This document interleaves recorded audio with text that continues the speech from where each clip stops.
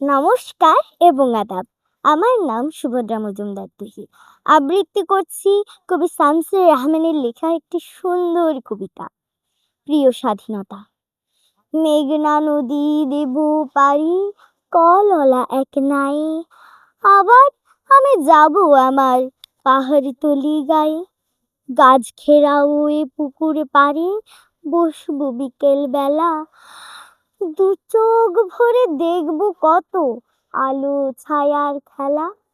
বাঁশবাগানের আধখানা চাঁদ থাকবে ঝুলে একা। ঝোপে ছাড়ে বাতির মতো জোনাক যাবে দেখা। ধানের গন্ধ আনবে ডেকে আমার ছেলেবেলা। বসবে আবার দু চোখ জুড়ে প্রজাপতির মেলা। হঠাৎ আমি চমকে উঠি হলদে পাখির ডাকে। ইচ্ছে করে ছুটে বেড়ায় মেঘনা নদীর বাঁকে। শত যুগের ঘন আধার গায়ে আজও আছে, সেই আধারে মানুষগুলো লড়াই করে বাঁচে। মনে আমার ঝলসে ওঠে ৭১-এর কথা।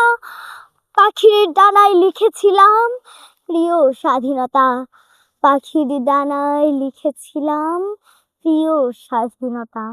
ধন্যবাদ সবাইকে।